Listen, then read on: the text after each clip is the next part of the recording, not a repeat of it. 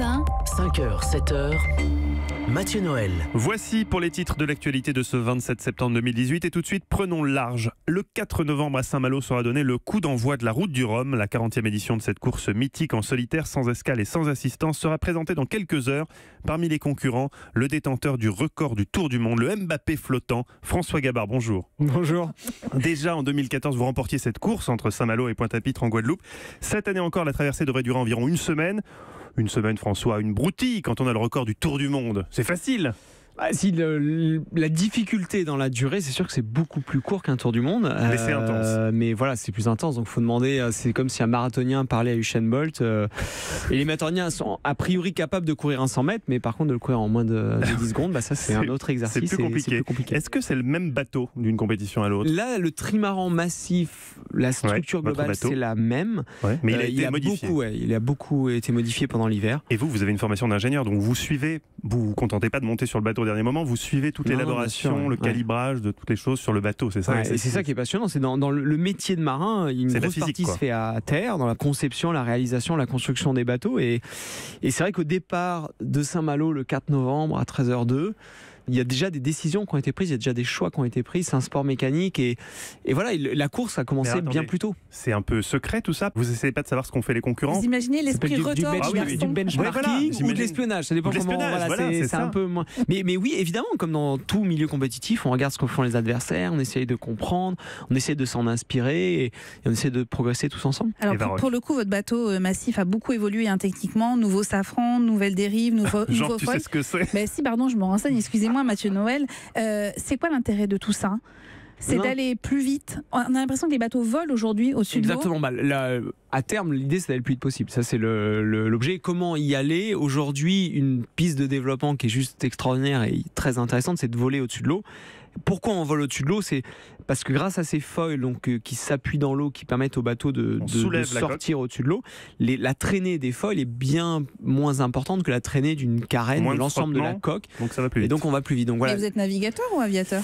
Et on touche encore un petit peu l'eau et on est au-dessus on est sur un bateau qui, quand il ralentit, flotte encore. Donc ça reste un marin, mais on s'intéresse et on regarde avec attention ce qui se passe dans l'aéronautique. Voilà, il y a un petit peu les deux univers qui convergent aujourd'hui. Mais François Gabard, votre approche quasi scientifique de la voile, est-ce que c'est bien vu dans ce petit milieu-là? Les vieux loups de mer à l'ancienne, ça les agace pas de voir un minot comme ça, ingénieur, qui calcule tout, qui rafle tout derrière? Les vieux loups de mer, il y en a plus. C'est ça que vous allez me dire. Pour moi, il y en a un qui reste une référence, qui est Eric Tabarly. Eric Tabarly était un génie de la technique. Il a inventé énormément de choses sur ses bateaux.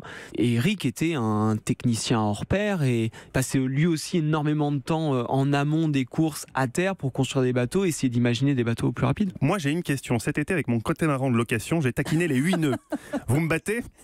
A priori, oui. Ridicule, Mathieu Noël. Je sais, mais j'avais l'impression d'aller déjà super vite à 8 nœuds. Mais ça va à combien votre bateau? On est capable d'aller à plus de 40 nœuds. En pointe, on va quasiment à presque à 50 nœuds. Juste pour les gens qui n'ont jamais fait de plaisance, à 40 nœuds, c'est un hors-bord avec 200 jours derrière, il va à 40 nœuds. Ouais, donc, c'est ça. Non, mais c'est incroyable. Et assez intéressant parce que c'est vrai quand on va fond la caisse avec un bateau à moteur, c'est hallucinant. Et des fois on se dit on est capable d'aller à cette vitesse-là uniquement en jouant avec le vent, en utilisant le vent, et ça je trouve ça assez fabuleux. Dernière question, point de vue écologique, au fil de vos aventures, est-ce que vous avez observé une dégradation de l'environnement, une pollution croissante des océans? Est-ce que ça vous inquiète? Est-ce que vous êtes un témoin vigilant de ça? Alors est-ce que je suis inquiet? Oui, évidemment, parce que la Terre est quand même pas en très bonne forme, faut le dire, et les océans sont malheureusement dans des états assez terribles. Il y a des plastiques, il y en a partout, même au large, même très loin. Le réchauffement climatique, oui, évidemment, il existe, c'est un fait et il faut faire quelque chose.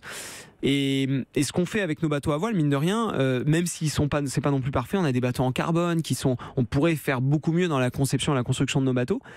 Ça n'empêche qu'en jouant avec le vent, déjà, il n'y a pas de moteur.